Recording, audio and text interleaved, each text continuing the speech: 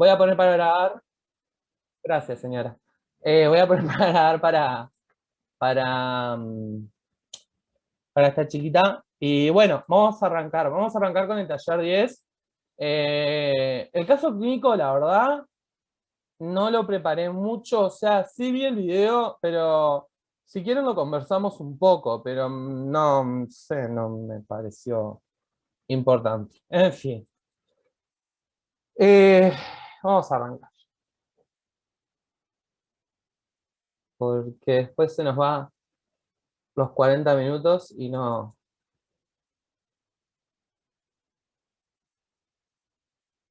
tanta cosa ahí. Ahorita que otra vez me pasó lo mismo. Bien. Voy a usar la PPT del Departamento de Genética del año pasado. No sé si este año les pusieron la misma PPT. El taller 10, ¿no? Es el taller 10. ¿Les pusieron la misma diapositiva? Bien. A ver, no aparece nada todavía. ¿No? ¿No les A mí aparece? por lo menos. Ahí está, no, porque No, tengo que aparece. volver a compartir. Ahí, ¿ahora? ¿Están viendo un bebé y Ahora perritos? sí. Ah. Ahora sí. ¿Les pusieron este? No sé, es que no me acuerdo ese, porque creo que fue la clase que nadie sabía que la pasaron para un lunes. Sí, porque hacen esas cosas también. Bueno, Sí. entonces acá se plantea una pregunta disparadora de ¿qué es la genética? Y entre eso de qué es la genética, plantea cuestiones como ¿por qué ese bebé nació con los ojos azules? ¿Por qué si los padres de ese niño son RH positivos, él es RH negativo? ¿Por qué solo hay 3 colores de perros labrador? ¿Por qué esta chiquitina tiene la misma enfermedad del abuelo? Y demás. Entonces, nosotros podemos asumir a partir de esta pregunta y de estas distintas preguntas, ¿tá? Que serían subpreguntas de la inicial, que la genética está relacionada con información que se transmite de nuestros antecesores, ¿verdad? Y que, bueno, que también está determinado por el ambiente en el que nos movemos, pero eso tiene que ver con la epigenética, que no vamos a meternos en eso. No abran esa puerta, no es necesario. ¿Tá? Pero básicamente, eso. La genética tiene que ver con, bueno, cómo somos, cómo somos, de cómo se ve, de la información sobre enfermedades o no enfermedades, de características hematológicas como nuestro grupo sanguíneo, de características que son específicas de determinadas especies o de determinadas razas dentro de especies. Aclararles que no existen razas dentro de la especie humana. Eso es muy importante. Y si se aprenden eso hoy, yo ya quedo feliz. ¿Tá? No existen las razas dentro de la especie humana. ¿Tá? Luego, definimos la genética como la ciencia que trata de comprender cómo se heredan y cómo son transmitidas las características biológicas de una generación a otra. ¿Ah? Profe, Sí, una pregunta, ¿a qué se refiere que no existen razas? no existen razas entre las especies humanas. Las similitudes genéticas entre los seres humanos son tan grandes, ¿tá? Es tan parecido el genoma humano entre todas las especies, entre toda la especie humana, que no hay diferencias significativas para hablar de razas dentro de la especie humana. Sí tenemos diferentes etnias que tienen que ver con un proceso cultural y un proceso geográfico y ambiental y con adaptaciones al medio ambiente. Pero las personas que tienen una tez más oscura, fue una adaptación epigenética a lugares en donde había una mayor luz solar o una mayor radiación ultravioleta, lo que generó que la capa de queratina de su piel fuera más gruesa, lo que le da la coloración más oscura. Así como en países donde hace mucho frío, que no se precisa esa queratina, suelen tener una coloración más clara, porque la capa de queratina es menor. Pero son adaptaciones al medio en donde nos movemos. No existen las razas entre la especie humana. Esto es re importante porque la carrera para desarrollar el genoma humano, y no sé, díganme si se corta, porque me saltó el cartel de conexión inestable. Pero esto es bien importante porque la carrera para identificar el genoma humano, acuérdense que soy docente de bioética, no me hagan este tipo de preguntas porque tocan una fibra. Pero claro, esto se dio en la época de los 1940, 1940 y tantos, y estábamos en plena Segunda Guerra Mundial. ¿Tá? Hitler era un gran apoyador, un supporter, me sale en inglés, no me sale en español, pero Hitler apoyaba mucho lo que era la teoría genética, ya que él decía que todas las personas que robaban, mataban y violaban eran todas más o menos parecidas, o eran todas medias parientes, medias oscuras y tenían rasgos parecidos. También decía que los judíos tenían cierta relación con las ratas porque eran narigones, orejones, y se hacían caricaturas como con eso. La coyuntura científica de esa época incluso hablaba de superioridad genética entre los distintos individuos de la especie humana. Entonces, nosotros como científicos, como actores de la salud, eh, tenemos que tener presente que tenemos cierto poder social en el cual tenemos que tener cuidado con los términos que manejamos. Entonces, Claro. hablar de razas dentro de la especie humana hablaría de humanos de primera categoría y humanos de segunda categoría. Y es algo peligroso y llevó a la peor, digamos, barbarie de nuestra historia, o sea, básicamente al genocidio de millones de personas en la Segunda Guerra Mundial, hasta que en 1948, debido a la Segunda Guerra Mundial y a toda la gente que mató a Hitler, surgen los derechos humanos. Y ahí se habla de que todos los seres humanos son libres e iguales desde el nacimiento. ¿Tá? Tenemos un origen evolutivo en común. Es más, me pasó de que la definición de especie es según el número de cromosomas que tienen. Me pasó de escuchar en clase de que un compañero dijo que entonces las personas con síndrome de Down no eran seres humanos porque tienen un cromosoma más. Claro, Es complejo. ¿Ah?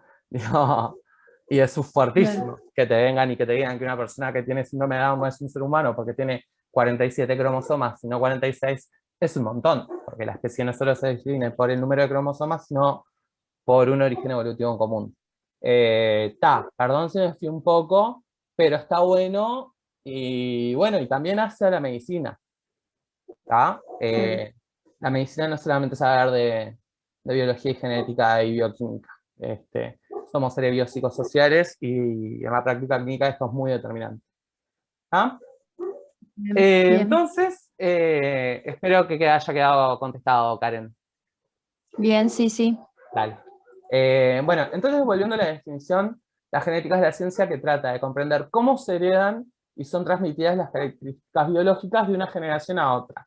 Y estas características biológicas pueden ser la estatura, el color de ojos, o sea, la forma, pueden ser fisiológicas, como la expresión de una enzima o una proteína que lleva a cabo una función específica, o de comportamiento, cuidado materno, cortejo de apareamientos en los animales, por ejemplo, los pavos reales, cuando están en época de apareamiento, vieron que los machos como que abren todas sus plumas y bailan y se ponen bien vistosos para que las hembras les presten atención, ¿no?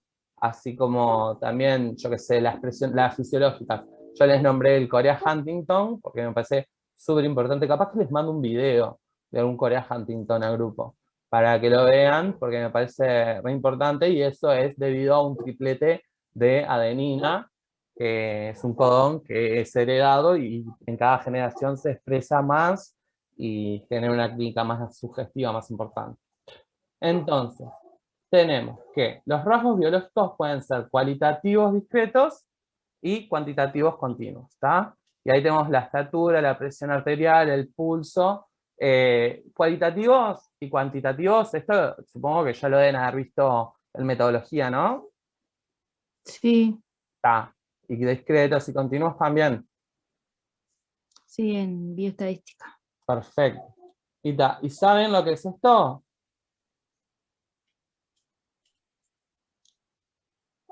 ¿Cómo que es esto, lo que es cualitativa y cuantitativa? No, este dibujo que está acá. No. Esto es, Ah, lo que están ¿qué? hablando hoy, ¿no? Un familiograma sería esto. Mm, O quisiera hacer un familiograma. Esto, por ejemplo, serían Los cuadrados son los varones, los redondos son las mujeres, y abajo son los hijos. ¿Tá? Acá tenemos una pareja 1, la pareja 2. Acá vemos que esta persona tiene 2 genes recesivos. ¿Tá? La F mayúscula es un gen que es dominante.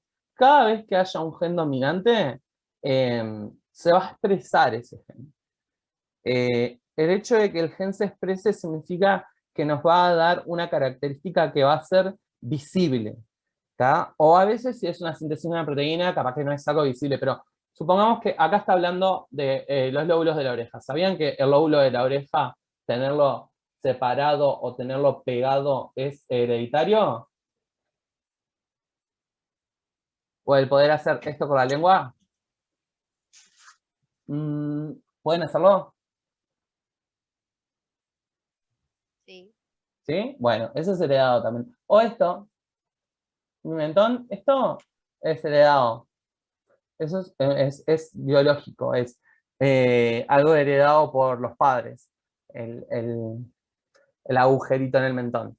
Entonces, acá lo que nosotros vemos, y que acá entra un poco también lo que es la segregación mendeliana, que acá en esta pareja teníamos el gen dominante y el recesivo en el padre.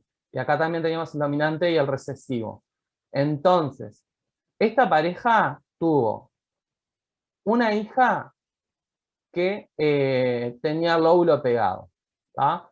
Se expresó el dominante. Entonces, nosotros podemos entender que o tenía 2 genes dominantes, uno de la madre y uno del padre, o un gen dominante y uno recesivo. Pero siempre, si hay un dominante y un recesivo, se va a expresar el dominante. ¿Tá? Recuerden que la minúscula es el recesivo. ¿Tá? Como no lo podemos saber, porque esto es el cariotipo. ¿Tá? El F chica es el cariotipo. Esto es el fenotipo. El fenotipo es el fenómeno que nosotros vemos, es lo que se expresa. ¿Tá? El cariotipo es los genes que tiene la persona. ¿Tá? Si tiene un gen dominante y un gen recesivo, ese va a ser su cariotipo, o su genotipo, pero su fenotipo va a ser la expresión del dominante. Entonces, nosotros acá sabemos que al menos un gen dominante va a tener. Por eso, fenotípicamente, se presenta el lóbulo de la oreja pegado al macizo facial. Mientras que acá este chiquito, bueno, al revés. El lóbulo libre es el del dominante. Esta chiquita tiene los 2 recesivos. Me confundí con el árbol, porque acá están. Son estos. Pero acá va a tener el lóbulo libre. Mientras que estos 2 varones, como tienen F chica y F chica, y este también tiene F chica y F chica, va a tener el lóbulo pegado. ¿Ah? El recesivo es el lóbulo pegado. El dominante es el lóbulo libre. ¿Tá? Después, a su vez, esta pareja tuvo 4 hijos. ¿Tá? Tuvo una hija y 4 varones. ¿Se entiende? Y 3 varones, digo. ¿Se entiende esto? Sí, ¿Sí? Perfecto. sí, los cuadrados son las nenas. Los varones. Los cuadrados son los varones, los redondos son las nenas. Ah, al revés. Acá está el papá, acá está la mamá. El papá Bien. tenía un gen dominante y un gen recesivo. La mamá tenía un gen dominante y un gen recesivo. Las probabilidades, o sea, y el papá acá tuvieron la primera hija que no sabemos los genes que tuvo, pero sí sabemos que tuvo la oreja despegada del macizo facial. Entonces, por lo menos uno de los genes dominantes se heredó. ¿Ah? Entonces puede ser que sea F mayúscula o F mayúscula y F minúscula. Luego tenemos que tuvieron 2 hijos varones más, en realidad tuvieron 3 hijos varones más, pero los 2 del medio tenían los lóbulos de la oreja pegados. ¿Por qué? Porque tenían F chica y F chica, F chica. ¿Ah? El padre le dio su F chica y la madre le dio su F chica. Al no haber gen dominante y haber 2 genes recesivos, va a predominar el gen recesivo. ¿Tá? Y se va a expresar. Es, por ejemplo, si tuviéramos una pareja que el padre tiene ojos negros y la madre tiene ojos claros, y en general vieron que los ojos claros son como recesivos. Mi abuelo tenía ojos verdes y yo tengo los ojos re negros. Entonces, en general, la mayoría de los hijos va a tener ojos oscuros, mientras que la minoría va a tener ojos claros. Sin embargo, puede ser que todos tengan la información para poder transmitir los ojos claros a sus hijos. También hay un dicho que dice que los genes se saltan una generación. No es tan así, pero sí es un poco así. Los genes pueden saltarse generaciones en la expresión porque es un gen recesivo que no se expresa en un hijo, pero ese hijo se casa con una persona con un gen recesivo también y tienen un hijo con los dos genes recesivos y ahí se expresa el fenotipo. Yo sé que es complicado y que parece un trabalenguas, pero no es tan complejo. O ¿Sabes? sea que, por ejemplo, si en los hijos no salen algunos con los ojos claros, pueden ser que los nietos salgan, querés Exactamente, decir. exactamente. Sí, Ellos hay casos así. no tienen el fenotipo de ojos claros, pero tienen el genotipo de ojos claros. Tienen una información genética. Claro, Porque contiene. sus abuelos quieren meterles, ay, mirá, nací de ojos verdes y los dos padres tienen ojos marrones. Sí, pero mi Sí, abuelo tenía ojos verdes. sí, con mi hermana pasa eso. Bueno. Los hijos salieron los ojos azules, sí. A los Ah, abuelos. Dios. Sí. Y acá tenemos otra pareja, ¿tá? En esta pareja tenemos que el padre tiene los dos genes recesivos, ¿tá? Entonces tiene el lóbulo unido al macizo facial. Y la madre tiene un gen recesivo y un gen dominante, entonces tiene el lóbulo libre. Tuvieron hijos, y la probabilidad de gen recesivo y de que se exprese el gen recesivo y el gen dominante es del 50%. Entonces tuvieron dos hijas, ¿ah? Una de ellas tuvo el lóbulo pegado a Se la te cara. corta. Sí, me saltó el cartel ahí de conexión inestable. A ver, ¿ahora? ¿Me escuchan bien ahora? ¿No? ¿Ahí me escuchan? Sí, se te cortó. ¿Se me cortó? Yo las escucho. Yo no escuché lo último que dijiste. Ahora, pero ahora me están escuchando. Ahora sí. Ta. Lo que les decía es que acá ellos tuvieron dos hijas. ¿Tá? Una expresa el gen recesivo porque tiene los dos genes recesivos. Y la otra tiene un gen dominante y un gen recesivo. Esta chiquilina, hija de esta pareja, se juntó, tuvo hijos con este chiquilín, hijo de esta pareja. Estas dos personas tenían los lóbulos libres, ¿tá? Porque tenían un gen dominante y un gen recesivo, ¿tá? Cada uno. Y a su vez tuvieron dos hijas, pero una de esas hijas tiene los lóbulos pegados al macizo facial, porque el padre le pasó el gen recesivo y la madre le pasó el gen recesivo. Entonces ella tiene los dos genes recesivos. Mientras que la otra hija tiene el lóbulo libre. Y como no le hicimos un cariotipo para ver esto, no podemos saber si tiene los dos genes recesivos o de los dos genes dominantes o un gen solo dominante y otro recesivo. Lo que sí sabemos es que por lo menos tiene un gen dominante. ¿Ah? Siempre que haya un gen dominante y un gen recesivo, se expresa el dominante. Para hacer una analogía con esto, capaz que está bueno plantearlo como, ¿vieron cuando hay una persona que habla mucho y otra que no habla casi nada? Sí.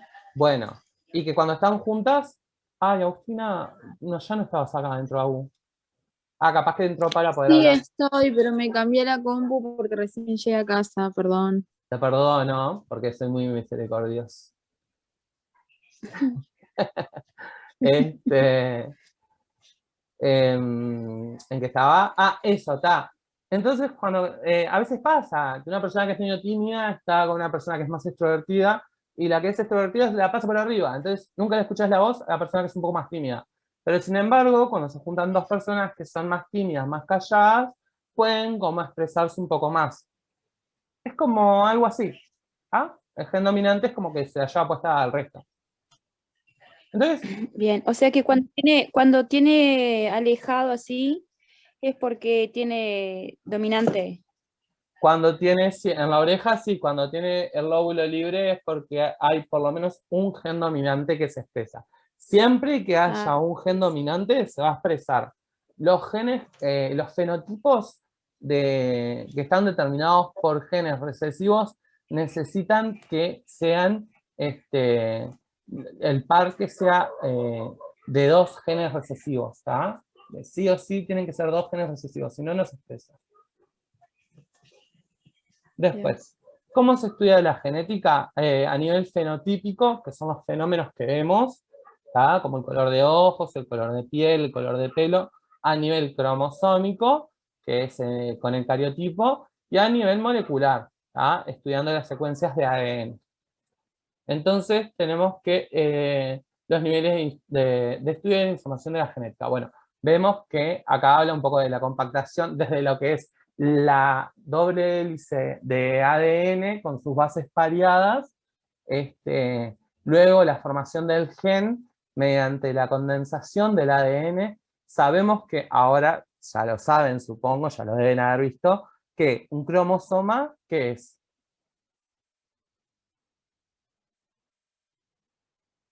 El ADN compactado. ¿Y cuánto ADN compactado? Pila. ¿Pero cuántas moléculas de ADN hay en un cromosoma? Muchas. No sé. Yo les estoy preguntando. Yo hice una respuesta tipo pregunta. Un cromosoma es No, una no sé. molécula de ADN. ¿Ah? ¿Una sola? Una sola, en su máximo grado de compactación. ¿Ah? Las moléculas de ADN son gigantes.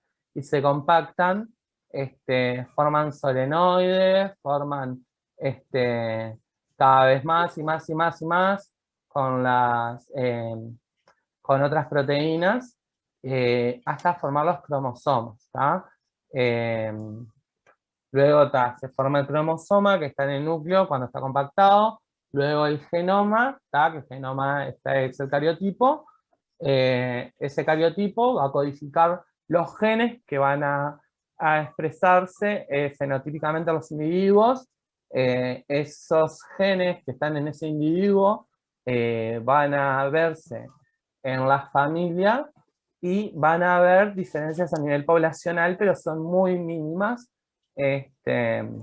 Y a través también de la interacción de los diferentes genes, porque también hay intercambio de información genética. No es solamente que yo te paso un gen y vos me pasas un gen. No, hay un punto en el que se cruzan los logs, se cruzan los alelos y si hay intercambio de información, entonces está. Por eso a veces es que una persona afro tiene un hijo con una persona caucásica y esa hija o ese hijo no sale ni afro ni caucásico, sino que sale así como un café con leche, así como yo, que no soy ni negro ni blanco.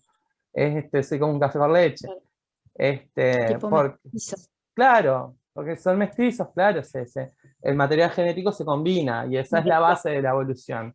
Claro. Entonces, esos son los objetivos del curso, y acá habla de la cromatina y los cromosomas, ¿está?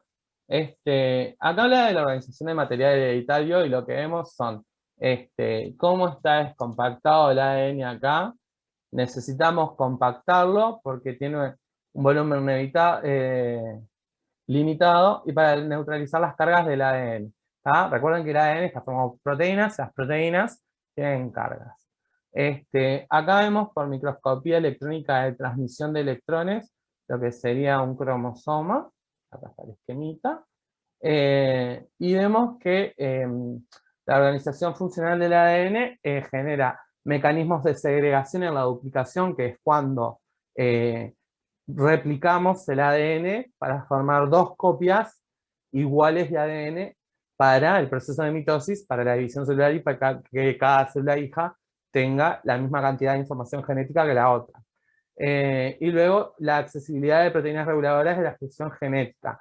Esto es el por qué el ADN se compacta y descompacta. Nosotros cuando vamos a replicar el ADN necesitamos abrirlo y abrir las hebras. Pero cuando no queremos que se esté duplicando, lo queremos compactado a ese ADN. ¿Ah? Entonces, el núcleo eucariota. ¿Ah? El núcleo eucariota tiene una doble bicapa lipídica, o sea, que va a tener 4 fosfolípidos de membrana. ¿Ah?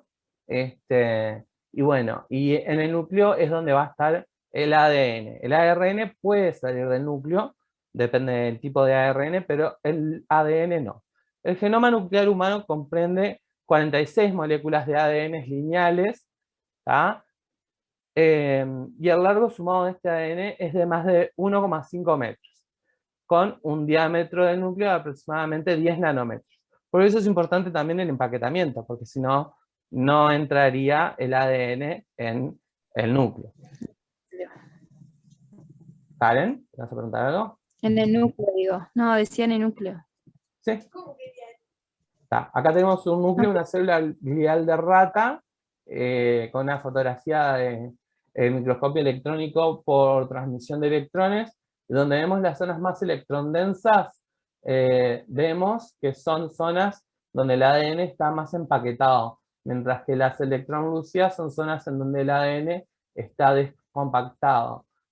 Esto se da porque en general en todo momento se está sintetizando proteínas o se está traduciendo ADN y demás. Siempre depende de qué proteína o de qué parte. Entonces, por momentos algunas zonas van a estar descompactadas y por momentos otras van a estar compactadas. Entonces acá tenemos la cromatina, que es un complejo compuesto por ADN y proteínas. Y la cromatina la vamos a encontrar... Wait. Bueno, acá, por ejemplo, eucromatina, cuando está descompactado. O sea, la cromatina es el ADN y las proteínas que lo forman, como la histidina, como la H1, histidina dije, como la H1, y otras proteínas que están por ahí. Tenemos la eucromatina, que eu es de bueno o nuevo o activo, que son las zonas menos condensadas. Esto recuerden que es dinámico, que por momentos esas zonas de eucromatina se van a compactar, quedan 10 minutos, que esas zonas de eucromatina se van a compactar y van a formarse heterocromatinas, y después viceversa. Las zonas de heterocromatina se van a descompactar y se van a formar eucromatina en función de lo que queramos sintetizar. Entonces tenemos que la eucromatina son las zonas menos densas y que ese nivel de condensación varía a través del ciclo celular. Está el material genético transcripcionalmente activo, lo que les decía, se está transcribiendo. La heterocromatina están más condensadas, cambia poco el grado de condensación a través del ciclo celular y es un material genético transcripcionalmente inactivo. Las dos clases de heterocromatinas que hay son la constitutiva, que no se expresa nunca, está en los centrómeros y en los telómeros, y en la facultativa. ¿Lucía salió? Sí, Lucía salió. Y las facultativas son cromosomas enteros que son inactivados en una línea celular. Esto tiene que ver también con los procesos de diferenciación celular. ¿Se acuerdan que algunos tejidos se diferencian para tener una actividad? Salir porque me llamaron recién, perdón. Sí, te perdonamos, Lu. Me llamó la atención ahí cuando vi que me estabas pidiendo la solicitud para entrar. Nos quedan 8 minutos. Estábamos hablando de que en el núcleo tenemos la cromatina, que es el ADN y las proteínas que los componen, que sobre todo estas proteínas son para compactarlo, como la H1, la cromatina, que forman los solenoides y lo que se llama el rosario en perlas, se puede ver, o el collar de perlas, hasta que se compacta tanto. Yo les pasé las fotos en el grupo de WhatsApp, ¿se acuerdan? Hasta que se compacta tanto que forma los cromosomas. Sí. Tenemos la eucromatina, que son las zonas menos condensadas, son las más radiolúcidas, y la heterocromatina, que son las zonas más radiodensas, que es donde está más compactada ese ADN, esa cromatina. Y que de la heterocromatina, o sea, la eucromatina está transcripcionalmente activa, o sea, se está transcribiendo, mientras que la heterocromatina no se está transcribiendo. Y dentro de la heterocromatina tenemos la constitutiva, que es que no se expresa nunca, y están los centrómeros y los telómeros. Y la facultativa, que son cromosomas enteros que son inactivos en una línea celular. ¿Tá? Que ahí es como yo le decía a las gurisas ahora, que tiene que ver un poco con el tema de, ¿recuerdan lo que era la diferenciación celular cuando hicimos la clase de nivelación? O, bueno, estaba Lu, vos, porque las gurisas no estaban, pero tenían acceso al drive, capaz que lo vieron, de que los tejidos van apagando genes, si se quiere, para diferenciarse y especificarse en una función. ¿Se acuerdan de eso? Sí, sí, cuando desarrollan mucho una función, como que involucionan en algunas. Me encanta que se acuerden. Esa es mi polla. Ay, no sé si me escuchas. Te escuches. ¿Tá? Entonces, toda la cromatina se condensa previamente a la división celular. Está en negritas, está en grande y está destacado. Acuérdenselo, porque fija que va para el parcial. Toda la cromatina se condensa previamente a la división celular. ¿Tá? Y esto es importante, porque el material ya ahí ya no se está transcribiendo. Se supone que ya se transcribió todo, se duplicó, forman las formas de H. Cuando están con forma de H, están para dividirse. ¿Tá? Y bueno, mirá, eso. Señora, no le quite años a su vida. Luego tenemos el ciclo celular, ¿tá? Que durante la división se visualizan cromosomas individuales, que son los cromosomas metafásicos, son la forma más condensada de la cromatina. Los ciclos celulares, o sea, la división celular es una porción muy pequeña del ciclo celular, y tenemos que tiene dos fases G, ¿tá? G1 y G2, o GC y G1, y la fase S, ¿tá? En la fase G, o pueden empezar en donde quieran porque es un ciclo, pero en la fase G, por ejemplo, la célula duplica su tamaño y aumenta la cantidad de organelos, enzimas y otras moléculas, ¿tá? La célula se agranda, se hipertrofia. En la fase S es de síntesis, ¿tá? Es cuando el material genético se duplica, hay una duplicación de ADN y proteínas asociadas. Ahora existen dos copias de la información genética de la célula. Entonces, ahí es que tenemos 46 cromosomas, pero con el doble de la información genética. ¿Ah? En la fase G1 tenemos que las estructuras necesarias para la división celular empiezan a montarse, los cromosomas empiezan a condensarse. Se condensan los cromosomas, se van formando los centrómeros, los centriolos, digo, se van uniendo a los centrómeros, se van formando los usos mitóticos, se va polarizando la célula para poder ir dividiéndose. Y luego tenemos la división celular, que ahí está la mitosis, ¿está? Que es que se separan, ahí se me está cortando, ¿verdad?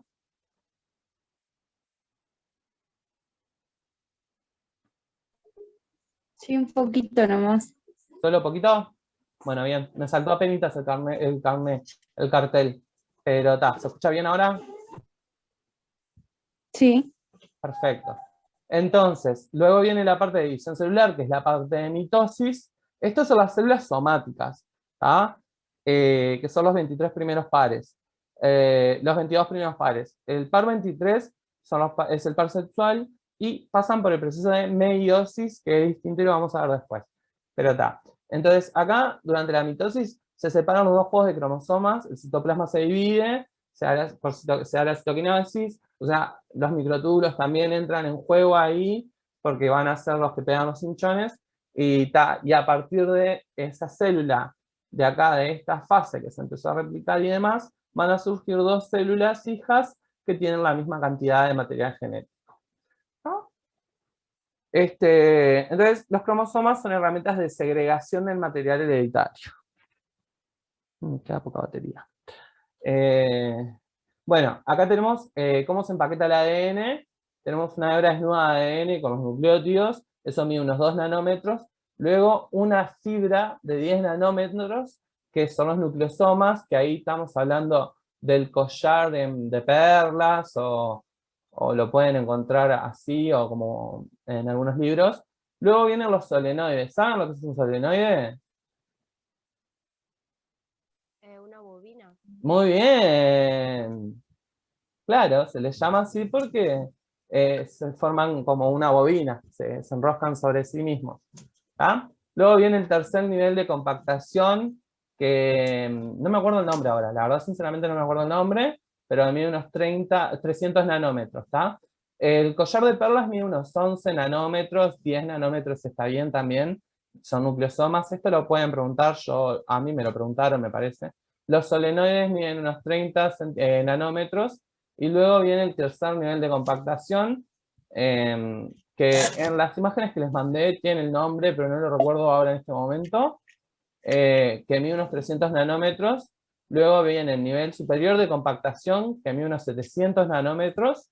¿Tá? Y luego viene el cromosoma metafásico, que está acá, que mide unos 1400 nanómetros. Vieron que es como que se va al doble casi todo en general. ¿Tá? Y acá está el centrómero, y esto de 700 nanómetros sería acá un lotus, si se quiere.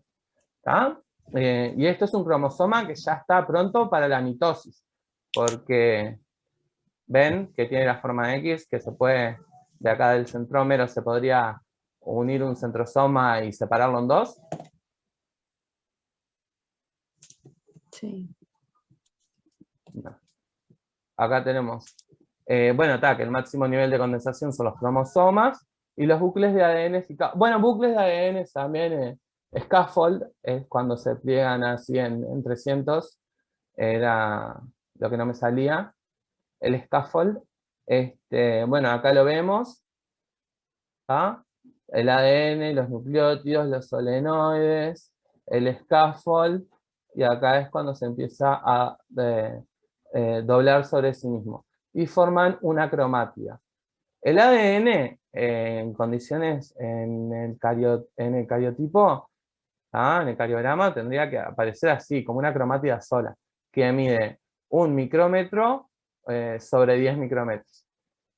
Y acá tenemos dos cromátidas hermanas, o una cromatida que está dividida, pronta para la mitosis. Acá hay una cromatida y acá hay otra cromatida. La información genética que hay acá es la misma que hay acá. Esto ya pasó por la fase S. Probablemente esté en la fase G1, Y que te entiendas tan fácil es otra cosa. si es verdad. A mí Yo, me gusta, pero a mí me cuesta. cuando estaba en genética, desarrollé la teoría de cómo crear hijas a partir de dos madres biológicas. Ya se los conté a las gurisas, Lucía y Agus, ¿no? A Lucía se lo conté. Tenés bajo el micrófono. ¿Y Agus, a vos no te conté? ¿Sobre No, a mí qué? no. De cómo se podría crear hijas biológicas a partir de dos mujeres, de dos madres. Pero me lo reservé en secreto porque ahí ya perderíamos toda la utilidad del hombre, para lo único que servimos. Pero si vos agarrás el pronúcleo de un ovocito y lo fusionás con otro ovocito con un pronúcleo y estimulás esa fusión nuclear, vas a tener un cigoto cuyo cariotipo va a ser XX. Entonces vas a tener un cigoto de una nena. Solo nena. Sola nena. Por eso no Sí. sirve que se conozca, porque dejaríamos de existir los hombres. Entonces, bueno, habíamos llegado a esto, de las cromátidas hermanas que tienen la misma cantidad de ADN. Entonces tenemos que el cromosoma metafásico forma de máxima compactación de la cromatina, y acá se ve con una atención preciosa, es una unidad estructural segregacional de la información hereditaria. Y tiene distintas partes. Tiene el brazo corto, que se nombra con una P, el brazo largo, que se nombra con una Q, tiene kinetocore, dice acá, pero eso no, este es el centrómero, o centrosoma, ¿vale? Y tiene los telómeros, que son las regiones terminales de los cromosomas, y lo importante de los telómeros es que nos habla de la edad celular. se vio que los animales clonados envejecen mucho más rápidos porque la enzima telomerasa es la que determina, o sea, va rompiendo los telómeros, y cuanto más cortos son los telómeros, más rápido se da el proceso de envejecimiento celular. ¿Ah? Entonces se vio que la oveja Dolly, por ejemplo, o si nosotros clonamos un animal recién nacido, va a vivir la misma cantidad de tiempo que un animal que nació en condiciones normales. Pero ahora, si nosotros clonamos a un animal ya medio viejo, va a vivir poco, porque va a envejecer muy rápido, porque sus telómeros son muy cortos.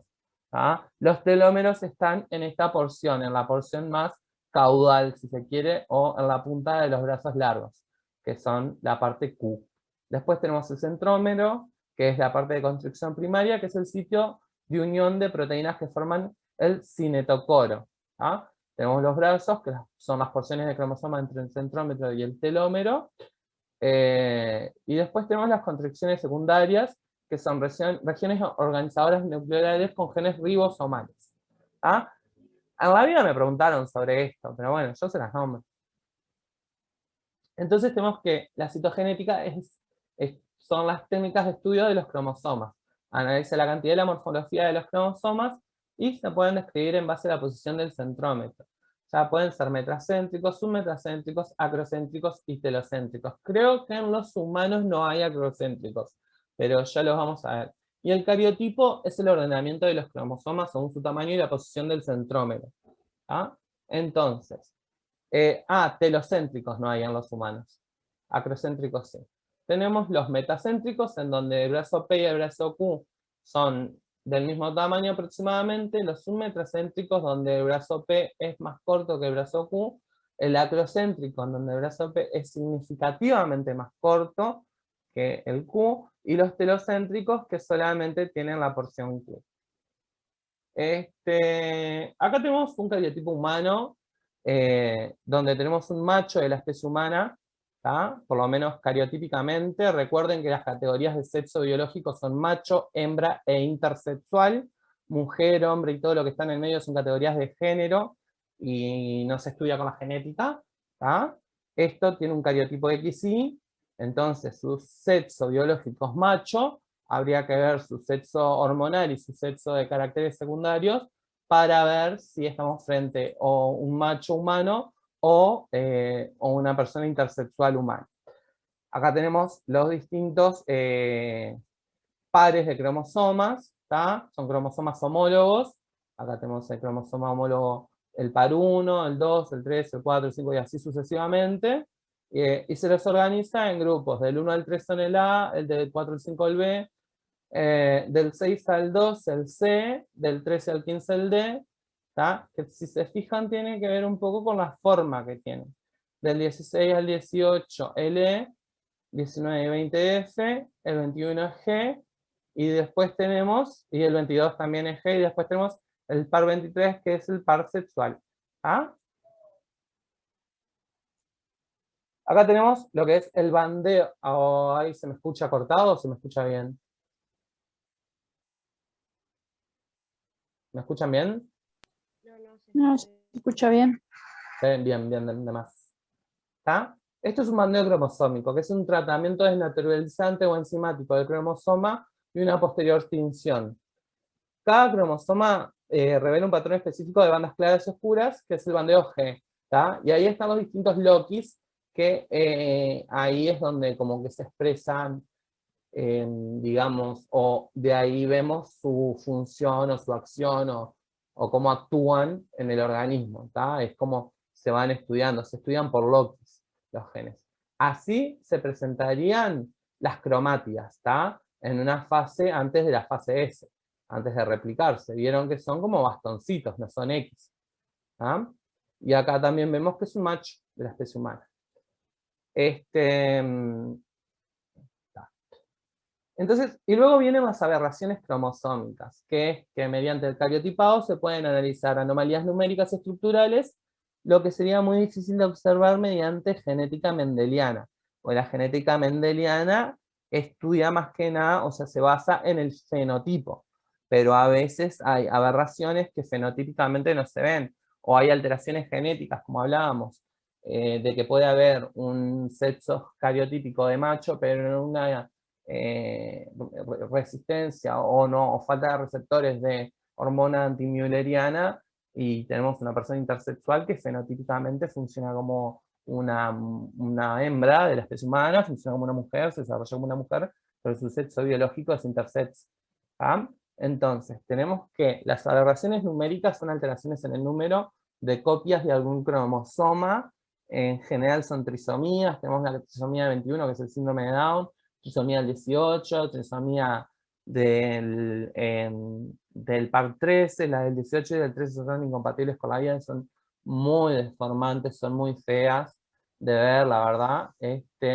Luego tenemos la trisomía del gen X, que son las llamadas superhembras. A veces tenemos también XXY, que es ¿Eso qué vendría a ser las mutaciones? ¿Eh? ¿Eso qué vendría a ser las mutaciones que se dice? Sí, son aberraciones genéticas, claro, son cambios genéticos que escapan a la normalidad. ¿Ah? Y que, bueno, algunos son compatibles con la vida y otros no. Después tenemos las personas intersexuales que son XXY, que se las llama el síndrome de Klinefelter, o nunca me sale el nombre. Ahora lo vamos a ver, está escrito por ahí. Pero sí, XXY, que se desarrollan como Influencer o algo por el- Klinefelter, sí, nunca me sale. Que tienen caracteres secundarios de macho, pero con atrofia gonadal y otras cosas, a veces desarrollan glándulas mamarias. En general se los Mira. trata de hombres, pero la realidad es que, nada, hay que ver qué es lo que esa persona decide ser, porque hay quienes están felices con su identidad como intersexuales y quienes somos nosotros para decirle, no, no, no, no, no, no, vos sos un varón. Sí, tiene un poco de cada cosa. ¿Ah? No se usa más el término hermafrodita porque hermafrodita implicaría que pueden reproducirse consigo mismos. Claro. ¿Ah? Entonces, por eso es importante hacer esa salvedad entre sexo biológico y género. ¿Ah? El género es autopercibido y es un fenómeno social. El sexo biológico es una característica biológica que tiene que ver con los genes, con las hormonas y con los caracteres secundarios. Que si se alinean, tenemos una hembra o un macho, o cuando hay una disparidad, tenemos una persona intersexual, que puede elegir vivir su vida como persona intersexual o puede someterse a tratamientos hormonales o quirúrgicos para vivir como mujer o para vivir como hombre. Y todo es respetable porque no somos quienes para meternos en la vida de las personas. Y luego tenemos alteraciones estructurales, que son alteraciones en la constitución interna de cada cromosoma. Esto puede ser porque le falte una parte, le falte un loci, le falte algo a un cromosoma, o, por ejemplo, las coreas Huntington, como yo estoy pesado con las coreas Huntington, pero les voy a mandar un video para que vean por qué me marcó tanto ese caso, en donde vemos que se repite ese triplete de adeninas varias veces, y generan esas proteínas que generan movimientos estereotipados que son muy limitantes. Acá tenemos un ideograma que es la representación esquemática del tamaño y la forma y patrón de las bandas de todo el completo cromosómico, y los cromosomas se sitúan alineados por el centrómero y con el brazo largo siempre hacia abajo, cuando hay una dominancia del brazo largo sobre el brazo corto. Bueno, acá tenemos que también sería un macho de la especie humana. Y bueno, acá habla un poco de las técnicas de bandeo cromosómico. Mirá, acá tienen un SARS, un loops es rulo, los rulos Q, los rulos R, las bandas Q, las bandas R. Esto son, no, no se complican mucho con esto, pero son bandas de eucromatina y heterocromatina, tiene que ver con el grado de compactación dentro de la porquería esta, del cromosoma, pero no quería decir el cromosoma, quería decir este otro. Esperen. Ay, por favor, qué horrible. Cromátida. Quería decir cromátida, no me salía. De las cromátidas. Entonces, estas técnicas lo que revelan son las diferencias estructurales en la cromatina que constituye cada banda. Es un tratamiento que se hace con enzimas y tal, lo que logra son tinciones oscuras y claras, como vimos recién en unas diapositivas más atrás. El bandeo G se hace con tripsina. ¿Tá? La tripsina es una enzima que también está en el estómago. ¿Ah? Tenemos las bandas claras, que son las zonas activas, que es donde está la eucromatina. En la replicación temprana, en la fase S del ciclo celular. Es donde, cuando se está sintetizando la nueva hebra de ADN para formar la cromátida hermana para poder separarse durante la mitosis. Y después tenemos las bandas oscuras, que son las zonas inactivas, están formadas por heterocromatina, y es la replicación tardía en la fase S del ciclo celular. Ese es el bandeo. Después tenemos el bandeo R, que es un patrón opuesto al bandeo G, ¿tá? O sea que veríamos zonas, bandas claras como heterocromatina y bandas oscuras como eucromatinas, y tenemos el bandeo C, que es heterocromatina constitutiva y pericentromérica. O sea, la que está alrededor del centrómero. Son técnicas de tinción para estudiar los cromosomas y en qué parte ese cromosoma, esa cromátida, está siendo activa. Está siendo activa. Metabólicamente activa me sale, pero no es metabólicamente. Está siendo activa. Punto. Acá tenemos un cariotipo humano de una hembra. Bueno, acá dice XX, pero... jaja, pilluelos. Porque acá me marcó la I, pero no hay tal I. Esto es una hembra de la especie humana. Y acá ven las bandas claras y las bandas oscuras. Sí, se ve. Ahí va, gracias, Lucía. Creo que llega tarde el audio igual. Bueno, está. Capaz que sí, tengo delay. O sea, mi cerebro tiene delay porque no la compu. Claro. Tenías que decir que no. Perdiste tremenda oportunidad para decir que no. Uy, mala mía. Acá tenemos un bandeo G, ¿tá? Que también es un XY, es un macho de la especie humana. Acá vemos cómo se ven más, se marcan más las zonas oscuras y las zonas claras. Recuerden que las zonas claras son las de eucromatina y las oscuras, las bandas oscuras son las de heterocromatina. Ahí terminó de procesarse tu video. Acá tenemos, ¿notan algo raro acá?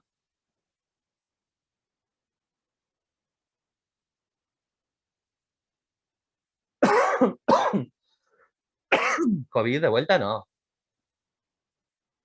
¿No notan nada raro ahí, chicas? En ese cardiograma, porque... Hay 3 cromosomas en el 21. Exactamente, tenemos un triplete, una trisomía del 21. Entonces estamos frente a un paciente con síndrome de Down. Un varón con síndrome de Down. ¿Qué habías dicho, Lu? Nada, síndrome de Down. Sí, síndrome de Down. Un varón con síndrome de Down. Es una trisomía que se puede dar por 3 mecanismos distintos, que supongo que lo van a ver en clase, capaz, pero hay 3 formas de trisomía del síndrome de Down. Una es por translocación y las otras, sinceramente, se las digo, les miento y saben que no me gusta mentir. Prefiero que sepan que no sé algo a mentirles e inventarles. Pero sí sé que son 3 tipos de trisomías que se pueden dar y que en función de las mismas, esta es la gravedad de cada una. Bien, siendo que algunos pueden tener un desarrollo, también depende del estímulo que se le dé a estos chicos, pero algunos pueden tener un desarrollo y ser completamente independientes, trabajar. Es más, yo trabajé con un chico con síndrome de Down y le di clases a otro chico y ahí vi las diferencias entre uno y otro. Uno era completamente dependiente y era muy difícil trabajar con él, mientras que el otro era súper autónomo. Acá lo que tenemos es un X0, peluquería. Chicas, ¿qué dice ahí? Peluquería. Me tengo que ir a sacar las cejas. Pero voy a llegar más tarde porque así les termino de dar la clase. Ya falta poquito. Para que vean cómo las quiero. Acá lo que tenemos es un cariotipo en donde... Es dedicación al trabajo. Vieron, ¿no? Vieron. A ver, les di clase, el día antes del parcial les di clase con 38 de fiebre, todo covidoso, y les di, ¿cuántos teóricos les di ese día? ¿Cuántos teóricos les di? Un Una montón. banda, ya estábamos todos agotados. Sí, imagínate yo, que estaba con tremendo cobicho. Pero lo hacía por ustedes. Y lo vamos a hacer de vuelta para el segundo parcial. Bueno, acá lo que tenemos es que tenemos un cromosoma, no tenemos un par sexual, tenemos solamente un cromosoma X. ¿Ah? Es un X0. ¿Ah? Acá lo que tenemos es un XXY, el Klinefelter. Acá lo que tenemos es una translocación. ¿Tá? Esto es una translocación del 4 con el 5. ¿Tá? Es que es un cachito de una cromátida del 4 se va para el 5, o que toda una cromátida se va al par 5 y del 5 se va al 4. ¿Tá? Hay como un intercambio. Esa translocación a veces pasa entre el 13 y el 21 y es una de las formas de la trisomía del 21. Acá lo que tenemos es una trisomía del 18, si no me equivoco. Bueno, acá tenemos, a ver, 16, 18. No, no es una trisomía. Le falta una partecita. Esto es una alteración estructural. ¿Está?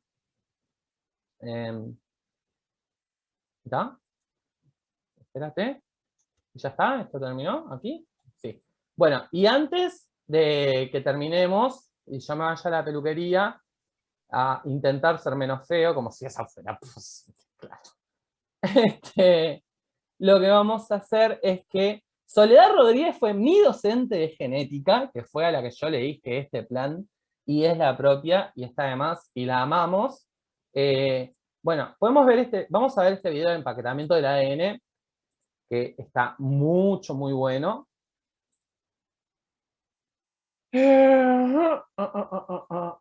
Esperen que empiece. Ahí, así ya le doy el screen share.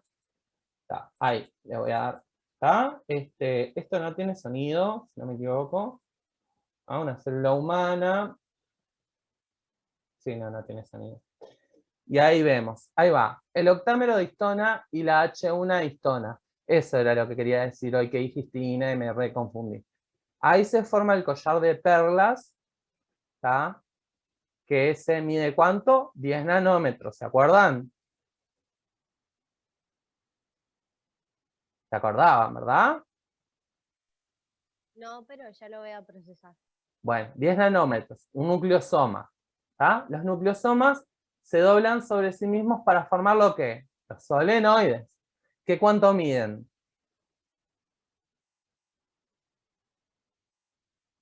30 nanómetros, ¿verdad? Vista lateral del solenoide, dice ahí. Y luego los solenoides se empaquetan formando los scaffold, que miden ¿cuánto? 300 nanómetros. ¿Verdad? 30 nanómetros el solenoide. Los solenoides se compactan en el scaffold, que mide 300 nanómetros de altura, que luego se vuelven a compactar y miden 700 nanómetros. ¿No? Claro.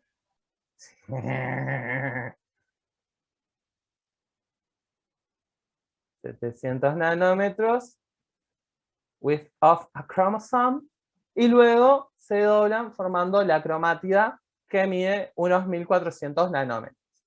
¿Ah? Bueno, los de las 9, voy a empezar un poquito tarde con los de las 9, pero no me importa, yo me voy a ir a sacar las cejas. La vanidosa. Y acá. Quiero... Hay prioridades. Ay, obvio. Y las prioridades son ir a sacarme las cejas. Hola, mi nombre es Soledad. Hola, Sole, te amo. Junto con Les juro que la amo a Sole. y Carolina, realizamos este reto. Lo que me interesa de esto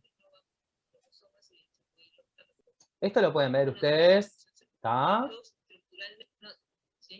¿Está? Diplopía, son 2 cromosomas, 2 complementos cromosómicos, uno de cada progenitor. Por eso están en pares, porque uno viene del padre y otro de la madre. O sea, eso ya lo tenían claro, ¿no? Porque yo lo di por hecho, nunca se los dije. Pero pensé que era claro. Son cromosomas homólogos. ¿Está? Cariotipo, ¿está? El ideograma se le pone al lado de cada uno. Y acá explica por qué se los agrupa, ¿está? El 1, 2, 3 porque son grandes, el 1, 3 son metacéntricos, el 2 es submetacéntrico, el 3 son medianos, el D medianos acrocéntricos y el F son chicos y metacéntricos, ¿está? Y el ideograma es como para tener una referencia. Acá es como se hace un cariotipo. No creo que les pregunten cómo se realiza un cariotipo. Lo que me interesa de este video y que yo quiero que vean son las diferentes aberraciones genéticas. ¿Está? ¿Ah? Sole debe ser grado 2, grado 3 ya a esta altura. Si en 2012 era grado 1. Abortos recurrentes es la principal... A ver, la principal causa de abortos, ¿tá? Porque el aborto es una entidad clínica, como ya lo habíamos hablado en otro momento cuando vimos la nivelación de biología, el aborto es una entidad clínica en donde puede ser espontáneo y provocado. La mayoría de los abortos son espontáneos y el 80% de los abortos se da antes de las 12 semanas y es por cromosomopatías que son incompatibles con la vida. Como por ejemplo, que el cromosoma S tenga, o el cigoto S tenga, no sé, un tripletes, tenga los... ay, me salen los cromosomas, pero las carótidas, las cromátidas las tenga agrupadas de a 3 y en vez de tener 46 pares, 46 cromosomas, tenga, no sé, el triple. ¿Tá? Entonces, por cromosomopatías es que se dan la mayoría de los abortos, el 80%, y son dentro de las 12 semanas, y suelen pasar como el típico retraso menstrual, que luego viene como más cargado y con algún que otro coágulo. Acá vemos una trisomía del 21, que es el síndrome de Down, acá lo vemos en un varón, ¿tá? Y vemos cómo está acá el triplete 21 marcado. ¿Tá? Ahora vamos a ver algunos ejemplos. Dale, Sole.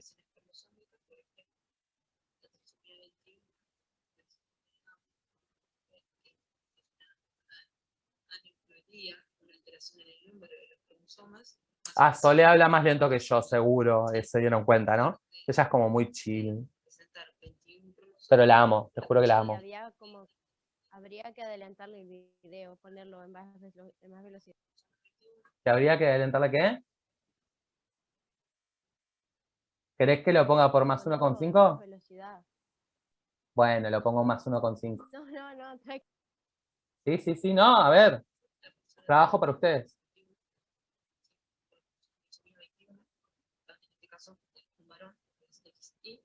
Bien, entonces en lugar de tener 46 cromosomas, tiene 47 cromosomas, la fórmula cromosómica se forma así: 47, el número de cromosomas, la composición del par sexual y el cromosoma total, que son más 21.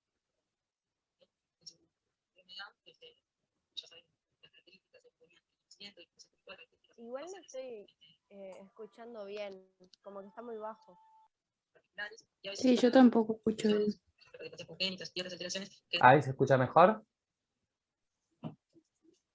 A ver, También van a determinar la severidad de la patología. ahora sí. Bien. Y está en 1,5. Otra alteración cromosómica. Esto es horrible. Es la trisomía 18 o el síndrome de Edwards. Mucho menos frecuente que el síndrome de Down. Es más severa. En general, la mayoría de los embarazos no llegan a término, ya sea porque se producen abortos espontáneos u óbitos, pero los recién nacidos... El óbito, por si no lo saben, es porque el aborto se define como la interrupción del producto de la gestación antes de las 20 a 22 semanas o con un producto de la gestación menor a 500 gramos. El óbito es cuando se superan los 500 gramos o cuando ya se pasaron esas 20 semanas. ¿Ah? Después de eso ya no hablamos más de aborto. Por eso cuando se interrumpe un embarazo a los 7 meses no es un aborto, es un óbito, o sea, es una muerte fetal con un óbito.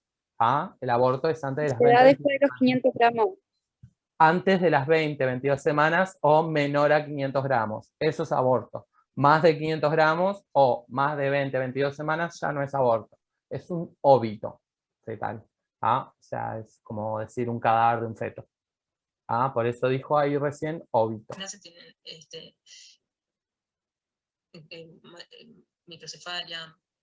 Quedan 10 minutos, pero en 10 minutos nos da. Los dedos montados, piebot, también pueden tener colitis congénita y es muy severa y la patología en general fallecen en el primer año de vida. ¿Tá? En este caso es una trisomía del cromosoma 18, 47XX más 18. ¿Sí? Esta es otra de las trisomías frecuentes. Esta es horrible. 13, al igual que la 18, es muy severa, la mayoría no llegan a término el embarazo. Y los recién nacidos vivos tienen malformaciones del sistema nervioso central, como el prosencefalia, el labio lipoíno, el paladar hendido, y también cardiopatías congénitas. También la sobrevida es mala, en general fallecen también en los primeros meses de vida. Bien, acá son 47 cromosomas, el cromosoma extra es el cromosoma 3. Después tenemos alteraciones numéricas, que son menos severas, que son las que se dan en los cromosomas sexuales. ¿Tá? Por ejemplo, el síndrome de Klinefelter, 47XX. ¿Sí? Hay un cromosoma sexual extra. Estos varones pueden tener retraso del desarrollo, en general tienen talla alta, son altos, y lo más frecuente es que se diagnostican por infertilidad. Pero tienen tremendas o caderas. pubertad, por un hipogonadismo. Pero lo más frecuente es que pasen desapercibidos hasta la pubertad cuando presentan un hipogonadismo. Otra alteración numérica, pero esta vez es una monosomía, o sea que falta un cromosoma, es el síndrome de Turner o 45X. ¿Sí? Acá falta uno de los cromosomas sexuales. ¿Tá? Esas son niñas que pueden tener algunas dismorfias esqueléticas, faciales. Lo más frecuente es que son niñas con talla baja. ¿Tá? Eso es lo más frecuente. Después el fenotipo es bastante variable. Y además de la talla baja, muy frecuentemente lo que tienen es un hipogonadismo. ¿Tá? Y una digenesia gonadal, entonces en la pubertad no se desarrolla, que en general se hace el diagnóstico o por la talla baja o por el puberismo. Bien, y por último, otra alteración, pero en este caso ya no es numérica, sino que es estructural, es, en este caso este cariotipo tiene todos los cromosomas, 46 cromosomas, pero si se fijan, en el cromosoma 5 hay uno de los dos que es más chiquito. En el brazo corto falta un pedazo. ¿Sí? ¿Se acuerdan que el brazo corto es el P y el largo? O sea, bueno, el brazo de arriba es el P y el brazo de abajo es el Q. 46XX de lesión, o sea, el número Por de eso dice cromosomas es normal, pero hay una 5P3. lesión en el cromosoma 5, en el brazo corto que es P, y el 1,3 es la región y la banda. ¿Sí? La banda Este es el 3. síndrome de Creutzfeldt, que es una anomalía estructural bastante frecuente.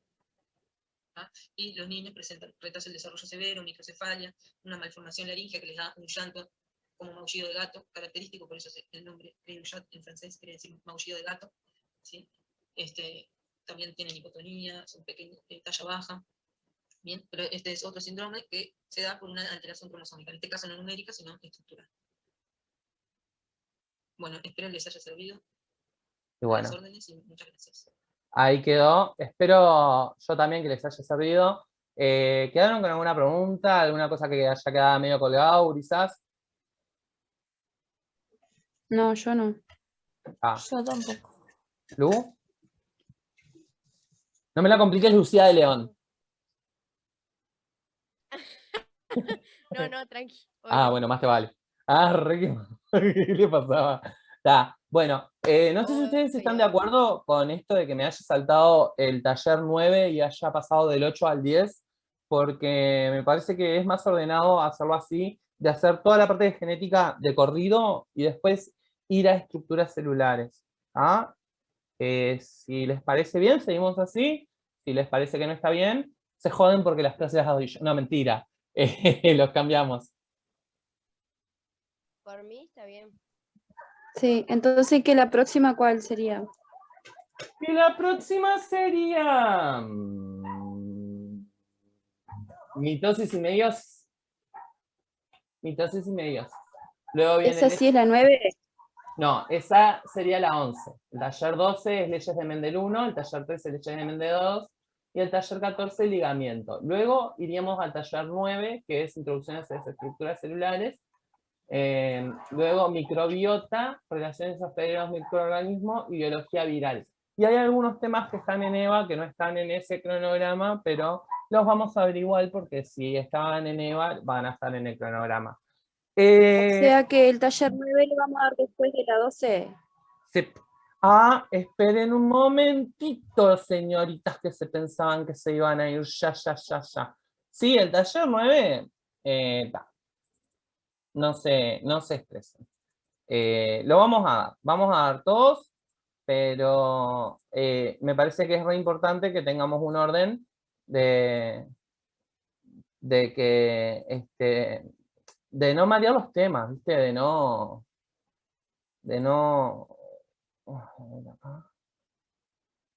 Porque si no, a mí me parece que las va a complicar más. Estar hablando de genética y pasar de genética a histología o a estructuras celulares me parece que complica un poco más. No sé a ustedes qué les parece. Bueno. No sé. Digo, yo estoy a su servicio. A ver, acá. Denme un segundo, que quiero esto rapidito, aunque sea. Ay, por favor. ¿Por qué me hace esto? Tengo 4 minutos. Acá. Está. Bien. ¿Se ve, no? Ahí. Sí. Bueno. Entonces, tenemos... Horrible, soy así. Vamos a verlo en modo de lectura, capaz que se ve más lindo. Tenemos, bueno, está. Objetivos, poco me importa. Bien. La figura, las siguientes. ¿Qué es lo que observamos en la imagen? Bueno, un par de cromosomas homólogos acrocéntricos. Acrocéntricos por la forma, ¿verdad? Después, con una figura, cada letra, ¿qué representa cada letra? En la A representa un par de cromosomas homólogos. La B representa las cromatidas hermanas, ¿no? Que tienen la misma cantidad de ADN. Ay, se me corta. ¿Ahí se escucha? Se te cortó. Sí, se me cortó un segundo, pero ¿se me escucha ahora? Oli. No se escucha. ¿Naditas? ¿Naditas? Y claro, es que me queda 2% de batería, se me está por morir 1, 0. ¿Se escucha algo? Se te está cortando. Se me está Se cortando. cortó.